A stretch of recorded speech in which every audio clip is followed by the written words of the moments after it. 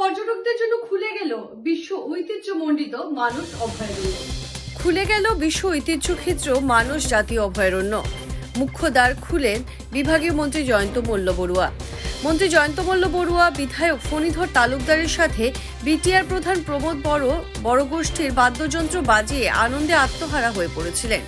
বিশাল শোভাযাত্রা কার্যসূচি রূপায়ণ করা হয় মানস জাতীয় উদ্যানে। মানস খোলার অনুষ্ঠানে মন্ত্রী জয়ন্ত মল্ল বড়ুয়া, বিটিআর প্রধান প্রমোদ বড়, বিধায়ক ফণীধর তালুকদারের সাথে বিটিআর এর বেশ কয়েকজন এমসিএলএ ইএম উপস্থিত ছিলেন।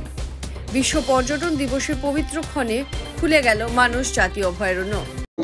বিশ্ব পৰ্যটন দিৱস আৰু এই বিশ্ব পৰ্যটন দিৱসৰ লগত সংগতি ৰাখি মানাহ ৰাষ্ট্ৰীয় উদ্যানৰ আজি আমি শুভাৰম্ভণি কৰিছোঁ।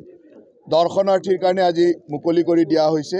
আমাৰ বিটিআৰৰ CM প্ৰমোদ বড়োৰ উপস্থিতিত আজি অলপ সময় আগতে আমি ইয়াৰ ৰাইজৰ কাৰণে মুকলি কৰি দিলোঁ। আৰু মই ভাবোঁ যে বিগত বছৰসমূহত যি ধৰণে মানাহলৈ পৰ্যটকৰ সংখ্যা বৃদ্ধি হৈছে, ই আমাৰ কাৰণে এটা অত্যন্ত শুভ লক্ষণ।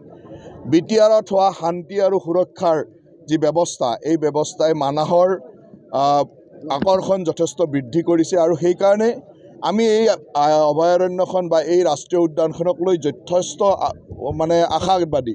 কাৰণ এই অঞ্চলটো এনেকুৱা এটা অঞ্চল যে দুখন ৰাষ্ট্ৰৰ সীমাত আছে আৰু প্ৰাকৃতিক সৌন্দৰ্যই অপৰূপ সৌন্দৰ্য। ইয়াত যথেষ্ট সংখ্যক জীৱ জন্তু আছে। গতিকে ইয়ালৈ পৰ্যটক অহাৰ যথেষ্ট সম্ভাৱনা আছে। গুৱাহাটীৰ একেবাৰে ওচৰত, এয়াৰপোৰ্ট ওচৰত। গতিকে মই ভাবোঁ যে এই ৰাষ্ট্ৰীয় উদ্যানৰ দিনক দিনে আকৰ্ষণ বৃদ্ধি হৈ গৈ আছে। আৰু এইবাৰ মই আশা কৰিছোঁ যে বিগত বছৰসমূহৰ সকলো ৰেকৰ্ড ভংগ কৰি এইবাৰ পৰ্যটক বৃদ্ধি হ'ব। আৰু সেই আশাৰে সকলোলৈকে শুভেচ্ছা জনাইছোঁ। ইয়াৰ লগত জড়িত সকলো ষ্টেক হোল্ডাৰলৈকে মই আন্তৰিক অভিনন্দন জনাইছোঁ।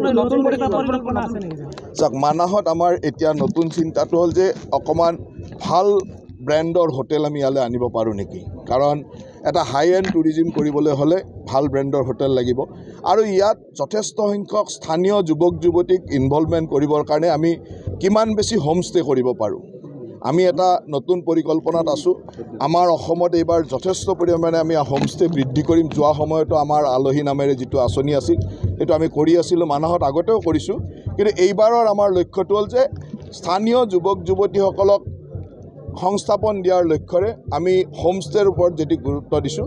আৰু এইবাৰ হোমষ্টে যাতে মানাহত আমি যথেষ্ট পৰিমাণে কৰিব পাৰোঁ, তাৰ ওপৰত আমি লক্ষ্য ৰাখিম। মানাহৰ বেদখলক লৈ কি ক'ব? মানাহৰ বিভিন্ন অঞ্চলত বন বেদখল কৰা, বনভূমি বেদখল কৰাৰ ক্ষেত্ৰত আমাৰ চৰকাৰ যথেষ্ট কঠোৰ। দেখিয়ে আছে, বিভিন্নজনে কেতিয়াবা সমালোচনাও কৰে। কিন্তু আমি ভূমি বেদখল, বিশেষকৈ বনভূমি বেদখলৰ ক্ষেত্ৰত আমাৰ চৰকাৰ কঠোৰ। আৰু এই ক্ষেত্ৰত প্ৰতিটো মুহূৰ্তত আপোনালোকে পদক্ষেপ দেখি আছে আৰু ভৱিষ্যতেও দেখি থাকিব। কাজিৰঙাৰ তুলনাত মানাহ কোনোবাখিনি দিশত পিছ পৰি আছে নেকি বুলি ভাবে নেকি? এটা সময় আছিল যে মানাহৰ যিটো সামাজিক পৰিস্থিতি আছিল, সেই পৰিস্থিতিৰ কাৰণে পৰ্যটকসকল ইয়াত আহিবলৈ অকণমান চিন্তা কৰিছিল। কিন্তু যোৱা কেইটামান বছৰত মানাহৰ সামাজিক পৰিৱেশ, বিশেষকৈ সুৰক্ষা আৰু শান্তিৰ ক্ষেত্ৰত ইমানেই আগবাঢ়িছে যে ইয়াত আৰু আজিকালি সেই চিন্তাটো নাই। সেইকাৰণে মই ভাবোঁ যে মানাহৰ পৰ্যটক প্ৰতি বছৰে, যোৱা 2 বছৰৰ যদি ডাটা আপুনি চাই, ইমান বেছি বৃদ্ধি হৈছে, এইবাৰতো তাকো চেৰ পেলাই যাব বুলি মোৰ বিশ্বাস আছে। যে কোনো খবৰেৰ জন্য যোগাযোগ কৰুন 7099017330 এবং 7099017110 নম্বৰে।